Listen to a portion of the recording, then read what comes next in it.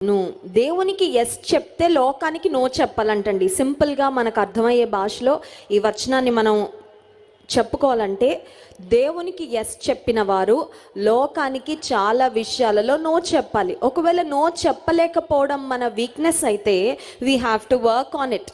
అందుకే పెద్దలు ఒక మాట చెప్తా ఉంటారు, అదేంటంటే మన వీక్నెసెస్గా అలాగే విడిచిపెట్టేస్తే కొన్నిసార్లు మన బలహీనతలు మనల్ని బలహీనపరిచేస్తూ ఉంటాయి. మన బలహీనతలు మనల్ని నష్టపరిచేస్తూ ఉంటాయి. మన బలహీనతలు మనల్ని దేవునికి దూరం చేస్తూ ఉంటాయి. అందుచేత నో చెప్పడం ఇప్పటి వరకు నాకు అలవాటు లేదండి. నో చెప్పాలంటే చాలా ఆలోచిస్తానండి, నో చెప్పాలంటే చాలా మొహమాట పడుతూ ఉంటానండి అన్న స్థితిలో ఉన్నట్లయితే ఈ రాత్రికాల సమయంలో దేవుడు మాట్లాడుతున్నాడు.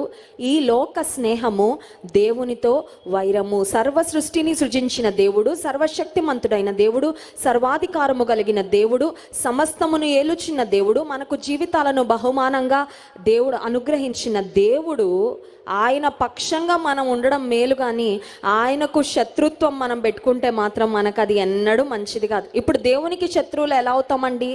దేవునితో శత్రువులు ఎవరు అవుతారంటే, లోకముతో స్నేహం చేసేవారు దేవునికి శత్రువులు అవుతారంట.